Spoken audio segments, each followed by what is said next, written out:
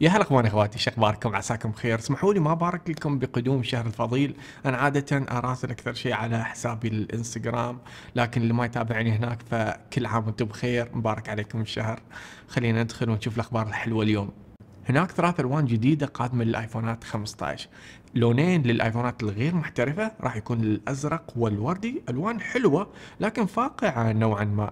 اما الايفونات المحترفه راح يكون في لون جديد واللي هو الاحمر او البرتقالي الغامق، مثل ما تشوفوا لون عجيب غريب راح يستبدل اللون البنفسجي الحالي في الايفونات.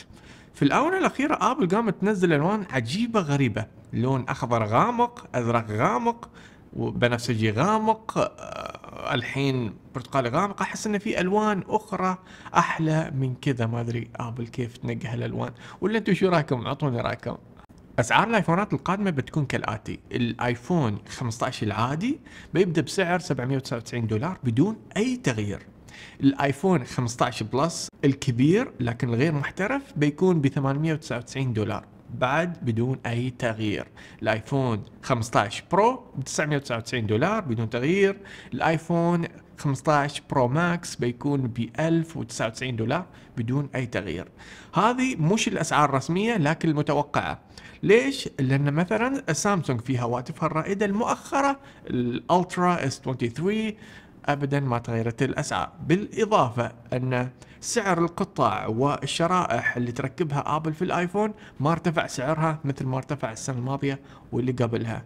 فعشان كذا المحللين متوقعين ان ما يكون في اي ارتفاع للاسعار. ولكن لو نشوف الشركات الكبيره مثل فيسبوك، جوجل، امازون تسرح الاف الموظفين، وابل المفروض قاعده تسرح لكن تحاول تمسك نفسها وتقلل التكاليف من ناحيه الاوبريشن.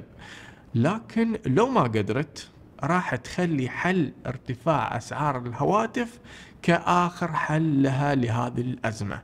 قريبا راح يكون في مؤتمر لابل، مؤتمر المطورين، اللي راح يتم الاعلان عن نظام الايفون الجديد ايفون 15 والايفونات الحاليه، بالاضافه للاعلان عن انظمه جميع اجهزه ابل وجهاز جديد، نظارة للواقع الافتراضي والمعزز. كل سنة آبل في بداية يونيو تعلن عن هذا المؤتمر واللي راح نغطيه أول بأول، فلا تنسوا الاشتراك لو حابين تشوفوا كل التفاصيل. عموما نظام iOS 17 ما راح يكون نظام بتغيير كبير جدا، لا آبل راح تخلي أثبت وأقل مشاكل. iOS 16 بصراحة مش ثابت لحد هذه اللحظة، فنظام iOS 17 راح يركز على ثبات النظام بالإضافة إلى تحسينات في الجزيرة التفاعلية. حاليا تنبيهات تطبيقات ما تشتغل عليها، وفي مسرب دائما يعطينا تفاصيل دقيقة لأنه يعرف شخص داخل شركة آبل يقول أنه بتقدر تتنقل بين التطبيقات بطريقة أفضل من خلال الجزيرة التفاعلية. من غير كذا آبل بتحسن النوافذ أو الويدجتس، بتقدر تتحكم فيها بطريقة أكبر، قياسات غير، وأيضا احتمال تكون حية. يعني اي شيء يصير في هذيك النافذه راح يتغير في هذيك اللحظه، ما تحتاج انك تنتظر 10 دقائق مثل الحين. بالاضافه ابل راح تعيد تصميم مركز التحكم، بتضيف ايقونات جديده وتصميم مغاير نوعا ما بس مش تغيير كبير. المطورين بيقدروا يستخدموا هذا النظام بداية شهر 6، لكن بشكل رسمي بيتم إطلاقه مع إصدار الآيفون الجديد في سبتمبر، تقريبا 12 سبتمبر يوم الأربعاء بيتم إطلاق الآيفونات الجدد.